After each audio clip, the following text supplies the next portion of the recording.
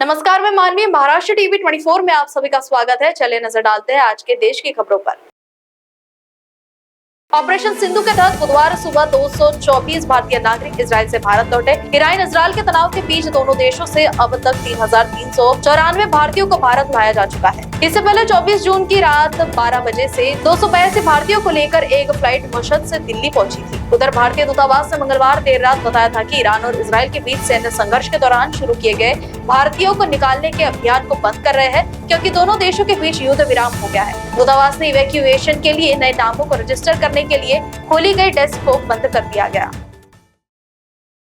Ajmer highway बुधवार सुबह उस वक्त दहशत की जद में आ गया जब NH 48 पर मोखमपुरा के पास एक केमिकल टैंकर ने भीषण हादसे का रूप ले लिया। सुबह करीब 8:30 बजे का समय था, जब रोज की तरह लोग अपने अपने गंतव्यों की ओर बढ़ रहे थे। तभी अचानक एक मेथेनॉल से भरा टैंकर बेकाबू होकर पलटा और पलटते ही आग का भीषण गोला बन गया। कुछ ही सेकंड में टैंकर धू कर जलने लगा और देखते ही देखते पूरी सड़क आग की लपटों में घिर गई। हादसे में टैंकर का ड्राइवर राजेंद्र जिंदा जल गया। उसका शव पूरी तरह से जलकर राख हो गया। मौके पर मौजूद लोग सिर्फ चीखते चिल्लाते रह गए। जो जहां था वहां से जान बचाकर भागने लगा। हाईवे पर भगदड़ मच गई। लोग अपने वाहन सड़क किनारे छोड़े खेतों की ओर दौड़ पड़े। वहां मौजूद हर शख्स की आंखों के सामने जलती लिफ्टों से एक जिंदगी खत्म हो गई।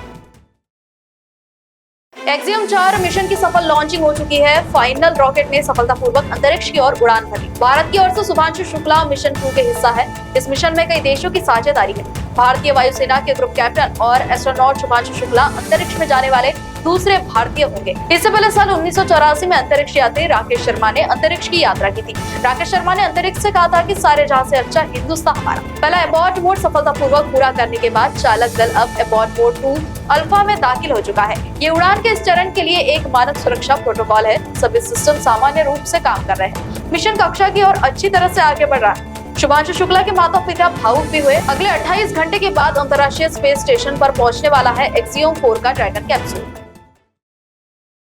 देश में इमरजेंसी लगे आज 50 साल पूरे हो चुके हैं। उस समय कांग्रेस की सरकार थी और इंदिरा गांधी प्रधानमंत्री थी। तब देश में ऐसा तूफान उठा जिससे हर एक भारतीय को जूझना पड़ा था।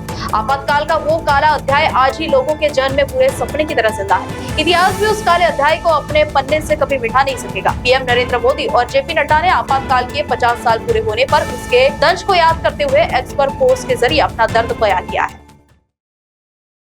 भारतीय अंतरिक्ष यात्री शुभांशु शुक्ला और 3 अन्य यात्रियों को लेकर एक्सियम 4 मिशन अंतर्राष्ट्रीय अंतरिक्ष स्टेशन ISS की यात्रा के लिए रवाना हो चुका है। इस मिशन को बुधवार दोपहर 12:01 पर लॉन्च किया गया। इस मिशन में शुभांशु के अलावा अन्य 3 लोग भी मौजूद हैं, जो 28 घंटे की यात्रा के बाद भारतीय समयानुसार गुरुवार शाम 4:30 बजे अंतर्राष्ट्रीय अंतरिक्ष स्टेशन पर पहुंचेंगे।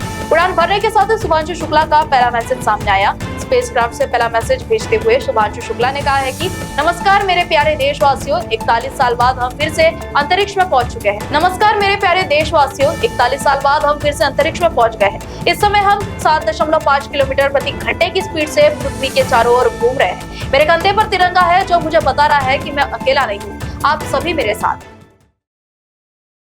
बता दें कि लगातार हो रही बारिश के कारण गौरीकुंड से केदारनाथ धाम तक 24 किलोमीटर का पैदल मार्ग भी चुनौतीपूर्ण बन गया है। प्रशासन ने अस्थायी रूप से रास्ते को पैदल चलने लायक बनाया है। श्रद्धालुओं के ग्रुप को इस क्षेत्र से पैदल पार करवाया जा रहा है और सुरक्षित जगह पर भेजा गया। रुद्रप्रयाग जिले के कोतवाली सोनप्रयाग क्षेत्र में मुनकटिया के पास आज पहाड़ी से भारी मात्रा में मलबा और पत्थर गिरे। इससे सोनप्रयाग से गौरीकुंड तक का रास्ता बाधित हो गया। यात्रा को अगले 4-5 घंटे तक रोक दिया गया है। जो रास्ता बाधित हुआ है वो शटल सेवा के संचालन में उपयोग में आने वाला। यहाँ पर वाहनों की आवाजाही के लिए रास्ता पूर्ण रूप से बंद है। ऐसे में श्री केदारनाथ धाम आ रहे श्रद्धालुओं से अपील की गई है कि वे मौसम पूर्वानुमान के हिसाब से अपनी यात्रा प्लान करें। साथ ही पुलिस प्रशासन द्वारा जारी निर्देशों के क्रम में अपनी यात्रा करें।